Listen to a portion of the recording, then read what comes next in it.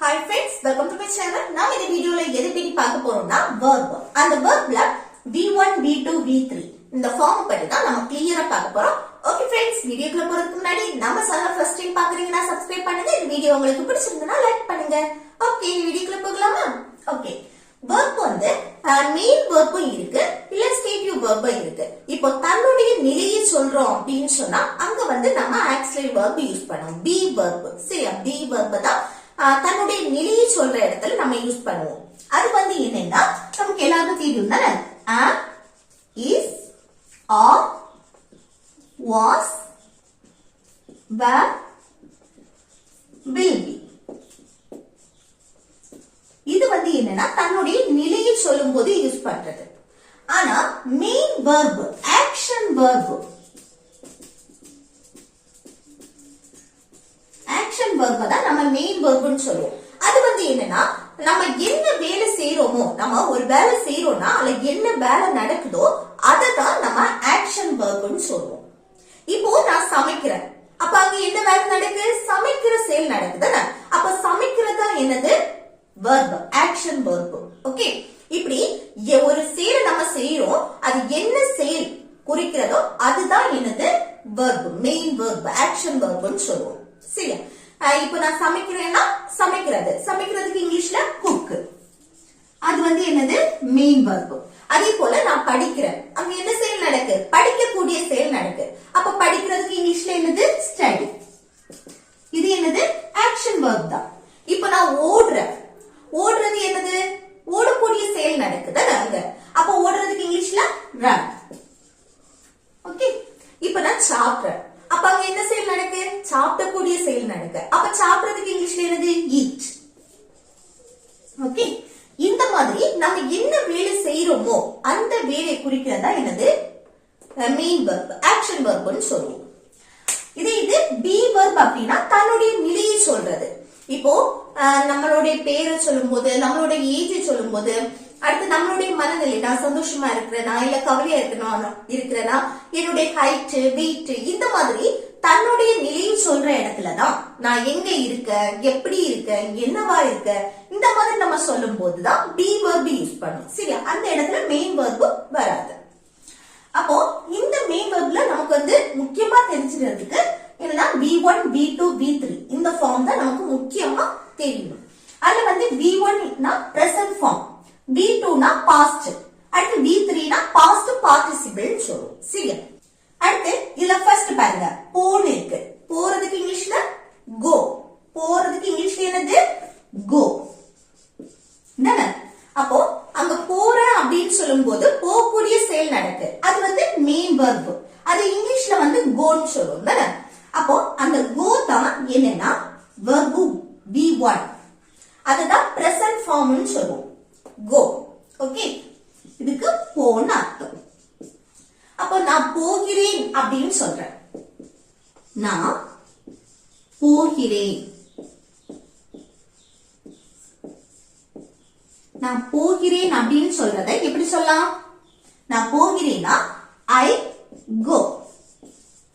Okay, I go, நான் போகிறேன். இப்போ இந்த நிமிஷம் நடக்கக்கூடிய செயலை சொல்லுவோம், ரெகுலரா நடக்கக்கூடிய விஷயத்தையும் நம்ம சொல்லுவோம். அதே போல அடிக்கடி ஒரு விஷயத்த பண்றோம் அப்படின்னாலும் நம்ம பிரசன்ட் ஃபார்ம்ல தான் சொல்லுவோம். ஓகே, சிம்பிள் பிரசன்ட் டென்ஸ் பண்ணி. அடுத்து V2, V2 னா முடிஞ்சு போற விஷயத்த பத்தி பேசுறது. ஓகே, முடிஞ்சு போற விஷயம் பாஸ்ட். அப்ப சிம்பிள் பாஸ்ட் டென்ஸ் படி இத இந்த வெர்பை எழுதும் போது கோங்கிறது went ஆகும், went. அப்ப இங்க என்ன வரும்? போனி. என்னவா மாறும்? போனி. அப்போ நான் போனேன் அப்படின்னு சொல்றதுக்கு எப்படி சொல்லலாம்? நான் போனேன், நான் வந்து அவ வீட்டுக்கு போனேன், நான் அங்க போனேன், இந்த மாதிரி நான் போனேன் அப்படின்னா I went. Okay, I go னா நான் போகிறேன், I went னா நான் போனேன். அடுத்து V3 ஃபார்ம், V3 என்னது? Past participle. அப்போ போறதுக்கு V3 ஃபார்ம் என்னன்னா go, went, gone. go, went, gone. Okay, அப்போ போயிருக்கிறேன்,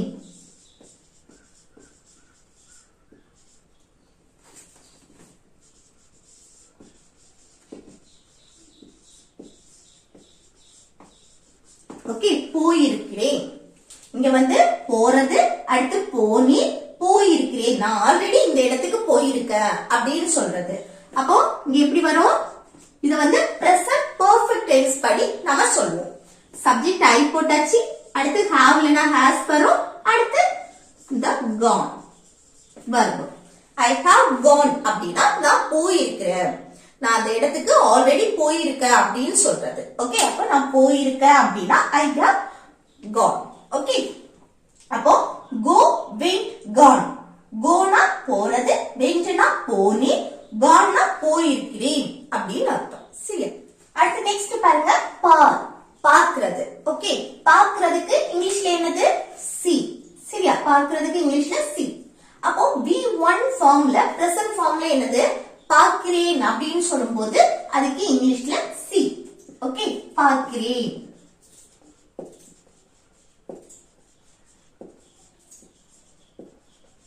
பார்க்கிறேன் அப்படின்னா see. I see, நான் பார்க்கிறேன். I see அப்படின்னா நான் பார்க்கிறேன். ஓகே, அது இது V2 ஃபார்ம். பார்க்கிறதுக்கு V2 என்னது? பார்த்தேன். ஓகே, பார்த்த, ஆல்ரெடி முடிஞ்ச விஷயத்தை பத்தி பேசுறது, நான் பார்த்தேன் அப்படின்னு சொல்றது.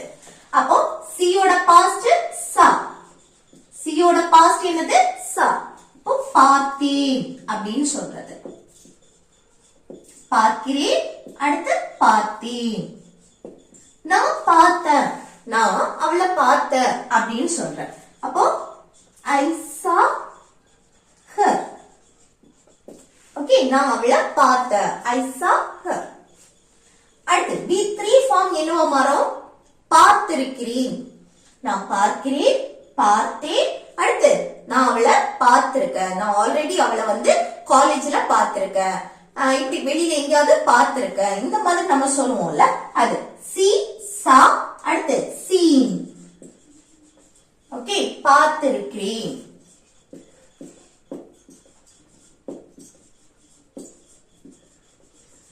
பார்த்திருக்கிறேன்.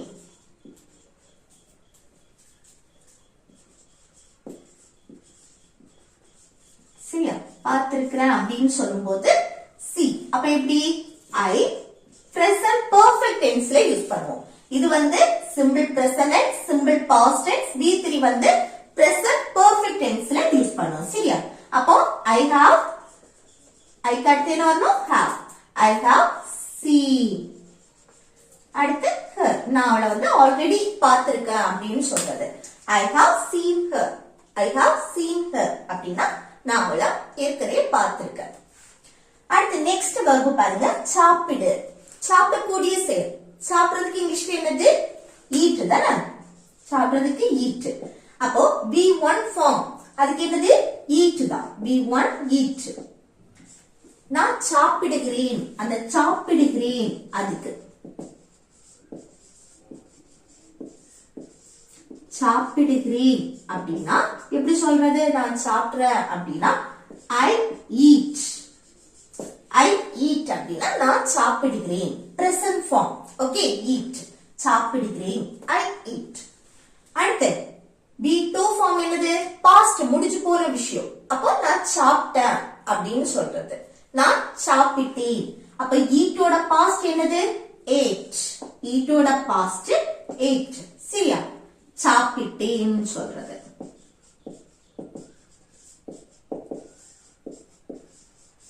முடிஞ்சு போன விஷயம். சாப்பிடுகிறேன், சாப்பிட்டேன். அப்ப எப்படி சொல்றது? I ate. சரியா, அதுக்கு அடுத்து V3 என்னது? சாப்பிட்டு இருக்கிறேன், நான் வந்து இத ஆல்ரெடி சாப்பிட்டு இருக்கேன் அப்படின்னு சொல்றது. அப்ப சாப்பிட்டு இருக்கிறேன் அப்படின்னு சொன்னா eat, ate, eaten. eaten, சாப்பிட்டு இருக்கிறேன்.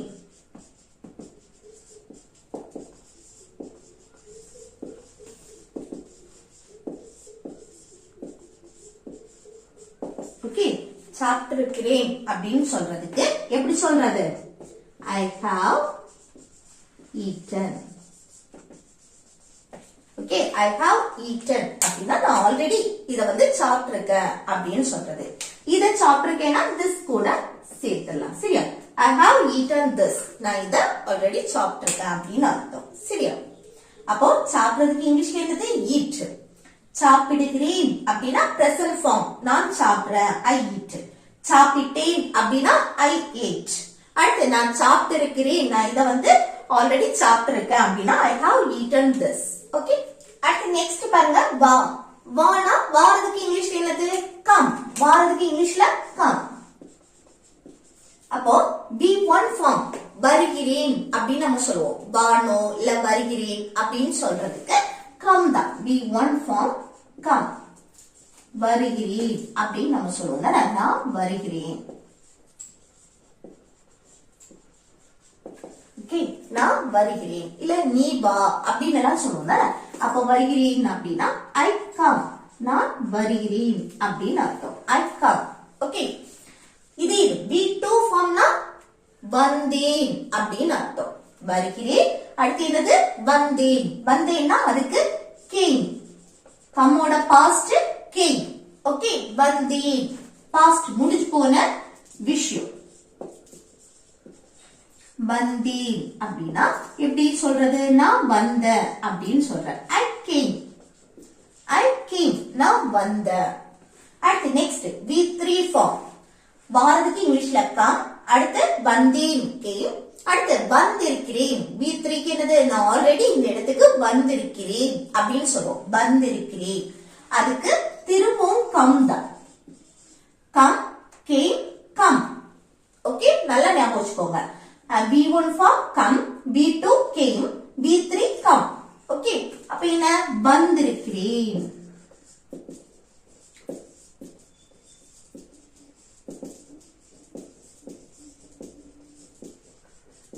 வந்திருக்கிறேன். அப்ப எப்படி சொல்றது? I have.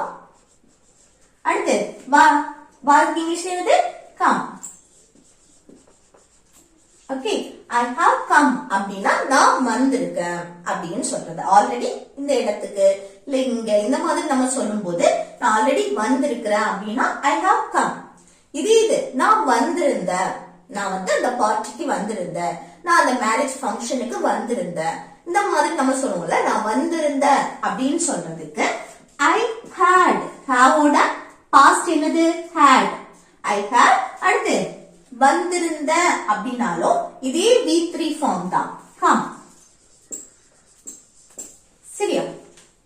இந்த have had தான் சேஞ்ச் ஆகுமே தவிர்த்து verb வந்து V3 ஃபார்ம் தான். அப்போ நான் வந்திருக்கிறேன். நான் இந்த இடத்துக்கு ஆல்ரெடி வந்திருக்கேன் அப்படின்னு அர்த்தத்தை கொடுக்கிறது I have come. இது நான் வந்திருந்த, நான் இந்த பார்ட்டிக்கு நான் வந்திருந்த அப்படின்னு சொல்லும் போது வந்திருந்தேன்.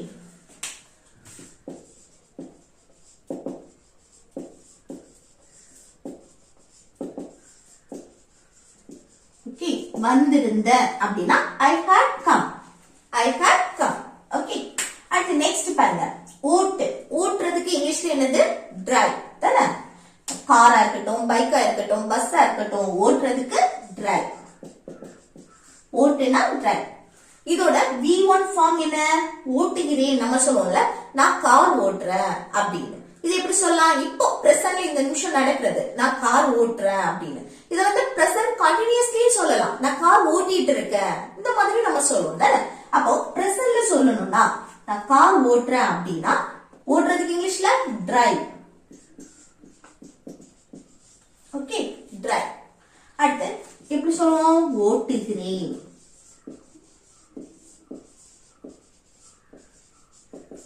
இங்க எப்படி? நான் கார் ஓட்டுகிறேன் அப்படின்னா I drive a car. Okay, I drive a car அப்படின்னா நான் கார் ஓட்டுகிறேன். அடுத்து V2 ஃபார்ம் என்ன? ஓட்டுறதுக்கு பாஸ்ட் ஓட்டினேன். முடிச்சு போன விஷயம். நம்ம சொல்லுவோம்ல, நான் நேற்று கார் ஓட்டினேன், நான் நேற்று சாயங்காலம் கார் ஓட்டினேன். இந்த மாதிரி நம்ம சொல்லுவோம்ல. அப்ப நான் கார் ஓட்டினேன் அப்படின்னா டிரைவோட past drove. drove, drive, drove. Okay, ஓட்டினேன்.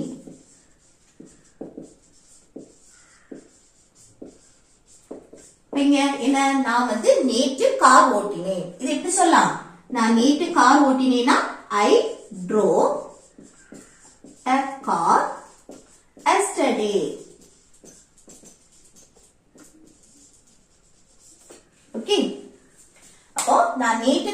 ஓட்டினேன் முடிச்சு போன விஷயம். நான் நேற்று கார் ஓட்டினேன் அப்படின்னா I drove a car yesterday. I drove a car yesterday. Next B3 ஓட்டுறதுக்கு drive, drove. அடுத்து B3 என்னன்னா driven. driven அப்படின்னா ஓட்டி இருக்கிறேன். நான் வந்து கார் ஓட்டி இருக்கேன் அப்படின்னு நம்ம சொல்லுவோம்ல. நான் வந்து ஆல்ரெடி கார் ஓட்டி இருக்கேன் அப்படின்னு. இது எப்படி சொல்லலாம்? driven. ஓகே, driven ஓட்டி இருக்கேன்.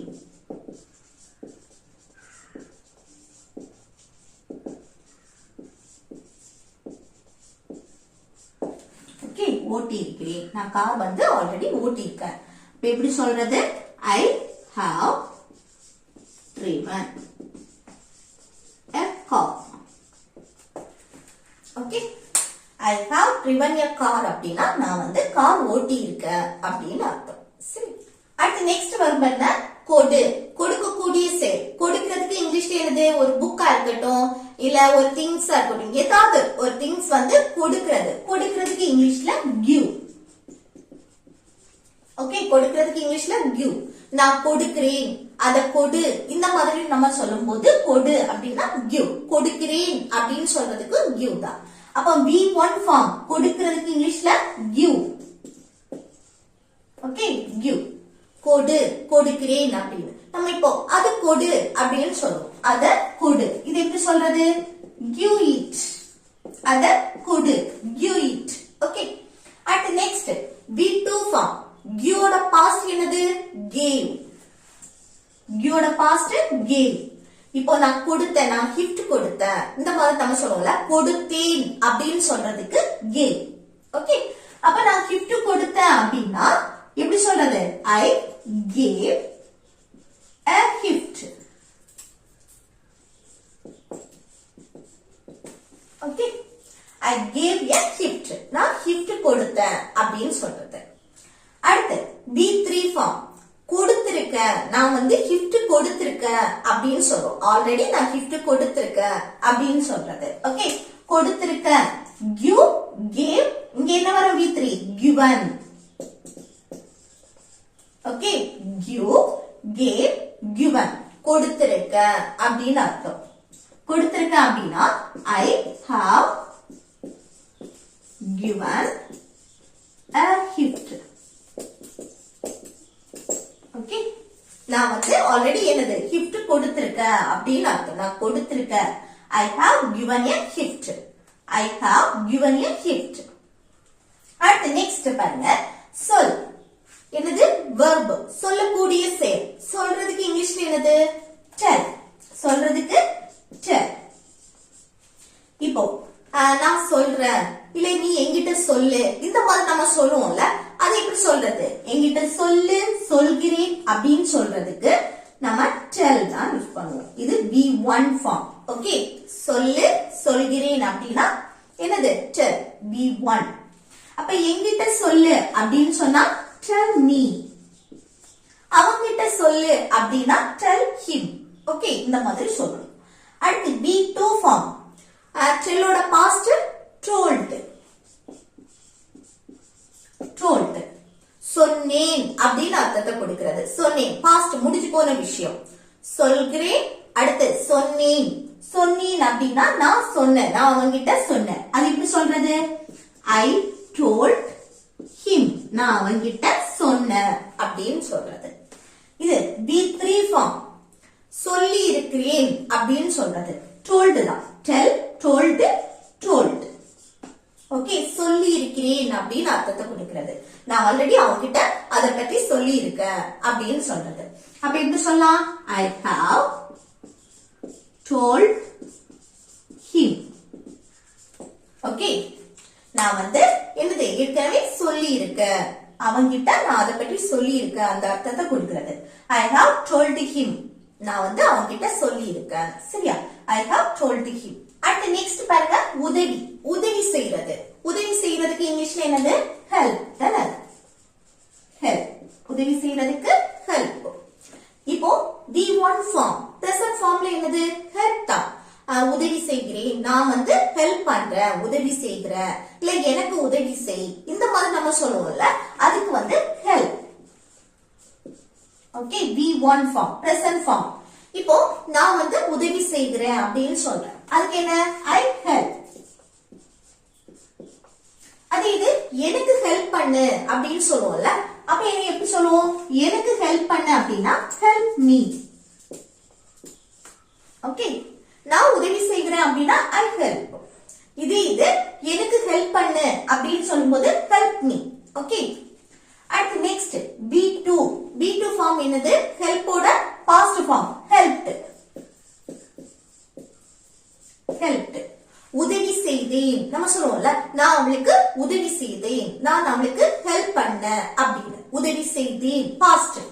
அப்ப எப்படி சொல்றது? I helped. நான் உதவி செய்தேன் யாருக்கு? அவளுக்கு. her. I helped her. நான் வந்து ஹெல்ப் பண்ணேன் அவளுக்கு. ஓகே அடுத்து B3 ஃபார்ம் என்னது? helped தான். Okay helped.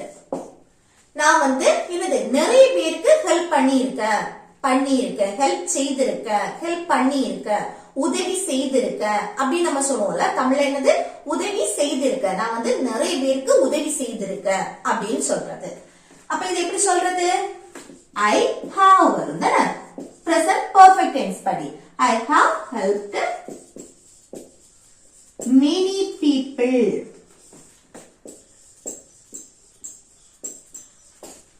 ஓகே நிறைய பேருக்கு நான் ஹெல்ப் பண்ணியிருக்கேன் அப்படின்னு.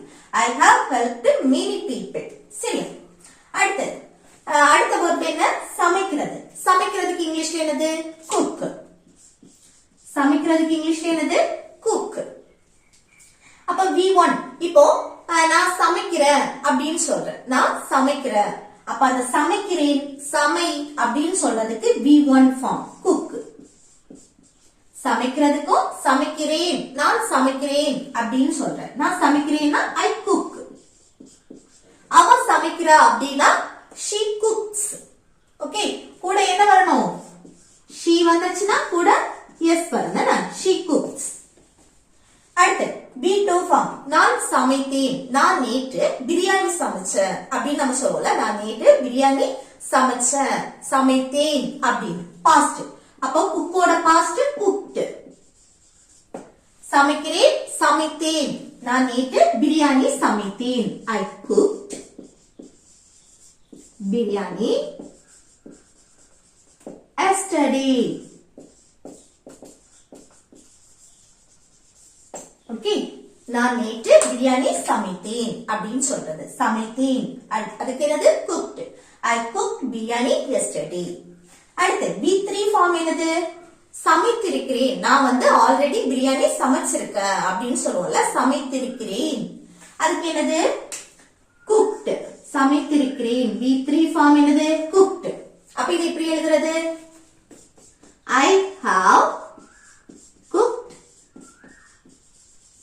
biryani.